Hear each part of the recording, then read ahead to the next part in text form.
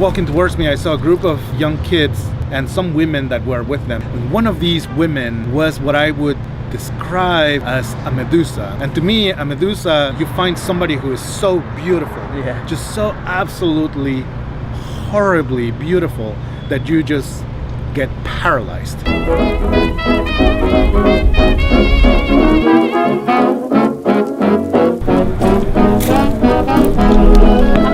Hi, my name is Michael. Hi, Michael. Hi. You know this doesn't start until 6. Yeah, I know. I'm a little obsessed Hi. about being on time. Oh, okay. Me too.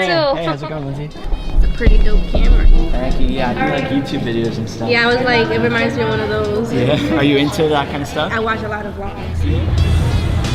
If you don't know about what I'm doing, currently I'm involved in Be Bold, Take Charge, which is like an initiative to improve the city of Reading. We're partnering with an organization also in the city of Reading, trying to do the same thing that we're doing, just in a different way. A little bit early, like an hour early. I'm a little obsessive about being on time.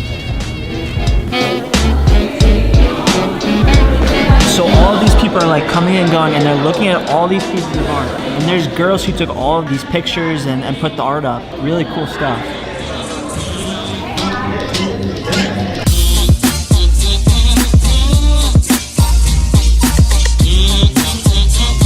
So this is Daniel. Daniel's the founder of Barrio Alegria. We are a community transformation organization that utilizes the arts as a means of reaching out to the community. I don't know, some people, certain things happen in their lives that like kind of pushes them. I fell in love. I fell in love. I was walking through 10th Street, which is a couple blocks from here. Throughout my life, I've always tried to work through my fears. I am a firm believer that heroes are people that are dying out of fear and yet they face whatever they are fearing. So I was walking 10th Street. Walking towards me, I saw a group of young kids, maybe they were 4 or 5, and some women that were with them. One of these women was what I would describe as a Medusa. And to me, a Medusa, you find somebody who is so beautiful, just so absolutely horribly beautiful that you just get paralyzed. You can't move. All you do is drool. All you do is like, like you go into a different spot and you are literally turned into stone. So I found my Medusa while I was walking up 10th Street. As I saw her coming towards me, I started thinking, no, you have to do something. And like a voice inside me just kept on saying, kneel. Like, what are you doing? Just kneel, because that moment was just so beautiful. And I could do nothing. All I did was just stood there and I smiled at her. She smiled back and she went past me. And then I turned around and I just saw her go. I could never find her. I went looking for her, but I never found her. I decided that day that I was going to make this place a better place for her. I said, tomorrow morning, she's going to open her windows. She's going to say to herself, wow, this city is a better place than it was yesterday. I wonder what's going on. Like the streets are cleaner, or like people are smiling more. I don't know what it is, but it's better than it was before. And I want her to say that every day for the rest of her life. She became an icon for every single person that lives in this town. So this is Val, and Val took, how many of these pictures did you take? 5. Yeah, and do you want to show which ones you took? Sure. One of them's right there. This is like everyone's favorite. So what about this stood out to you? Most people would take pictures of the streets and stuff. I just figured since I was doing a project on the south of Penn, to actually take a picture of the sign. Listen, keep following your dreams. My brother started off just like you, taking photography just like this. Now he's a film editor for Sony, so he's shooting out in London now. Don't let nobody sweat your dreams, son. If you want to do this for the rest of the night, listen, I approach it. Me and my brother grew up in Queens, New York, so we came the same way you guys growing up here. He followed his dreams, so I encourage young people, keep doing your thing. You're welcome. Just keep doing your thing. Thank you. No problem. That's awesome. There's so much energy. It's good energy. Do you specifically help young girls? No. The work that we do, we based on a study that was conducted a couple years ago, because Reading was declared the poorest city in America. Yeah. And what year was that? I'm sorry. 2012. Yeah, and that was like in the New York Times and everything. Right now, I think it's number 3 from the research that we have done. Inside of that group of young people that we were surveying, we found specifically that there was a subcategory which were young women that needed help finding a voice. We really try to open up for everybody, but we are very intentional about finding those that need more of a voice. So your approach is really to give each individual a voice, and by that collectively bring about change. Yeah.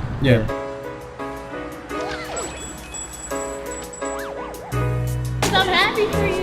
I'm happy for you. This is Kim. Like, she's a hard worker, it seems like. And I know she loves this stuff. I know she loves it, so I'm glad I introduced her to Daniel, because she would have never knew about it. Yeah. I'm just gonna, sit down and enjoy the rest of it. That's so nice. I know. So this photography show that is happening right now, there's 4 young women that are presenting their pictures. There's an older lady that has a single mom that is also presenting. Our way of building community is not really based on offering a service, it's really relationship building. Yeah. So all of those people that are participating in this have some sort of relationship with the body of people that are part of Barrio. Yeah, so I asked this question of everybody. When you have hit rock bottom in your life, the worst possible, whatever the event was, whatever happened, and you felt like you just couldn't keep going, or you couldn't even get out of bed. If you've had that experience, how did you pick yourself up? What was it that you did to keep going and make a change? Now that I think about it, I think that if I go to different moments in my life where I've been there, maybe it's this internal mechanism that kicks in that tells you, you gotta get yourself up. It's an internal voice, it's an internal narrative that you have to have, and you have to train that, or you have to cultivate that. It doesn't just happen from day to night. It's a lifelong battle that you have to have with those feelings. Yeah. Because every day you're making that choice of like, no, I gotta get back up. It could hit you any day, right? It comes out of nowhere. It comes out of nowhere. It could hit you any day. One day I am, this is it. This is what we get. This is how we are. We are not guaranteed tomorrow, and the past already passed. So I think the first thing is to accept how you are, and then try to treat each day like it's a new opportunity. Daniel's the one who put all this together. I was just telling him Why are about you you. still on the phone with me? Because this is really annoying. So yeah, I was just telling Daniel about you because you do like a lot of mission work in Costa Rica and stuff. So this is Barrio Dominican Alegria. Republic. All right, I'm offended. I've been telling Not everyone the in same Costa place. Rica. This is Barrio Alegria. That means happy neighborhood. Barrio Alegria. It's right here. I'm showing Aaron around. This one's my favorite picture because it says, "Never mind the dog, beware of the owner." I'm eating, but this is really funny. So when you see this picture, what do you see? A bunch of private property signs. There's 2 prosthetic legs. How great is that? All right, I think Daniel's gonna say a few words, and hopefully the girls will too. The point of Barrio is not to find talented people in our community to do self-reflective work about their lives. The point of Barrio is to find people who are looking to create change. And these 4 young women have created that. The idea was to document these people's lives. And these are neighbors, they are our friends, they are our family members, they are people that we maybe pass on the street every day. And so it's great to see how they see our community, how they see their lives.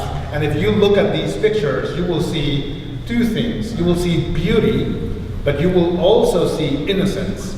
And I think that those 2 are very beautiful qualities to have about a community that is looking for hope. So I talk a lot, so I wanted to start working on that as of now. So one more time, round of applause for these targets. We have Mini Pastillo back there, and please make yourself at home.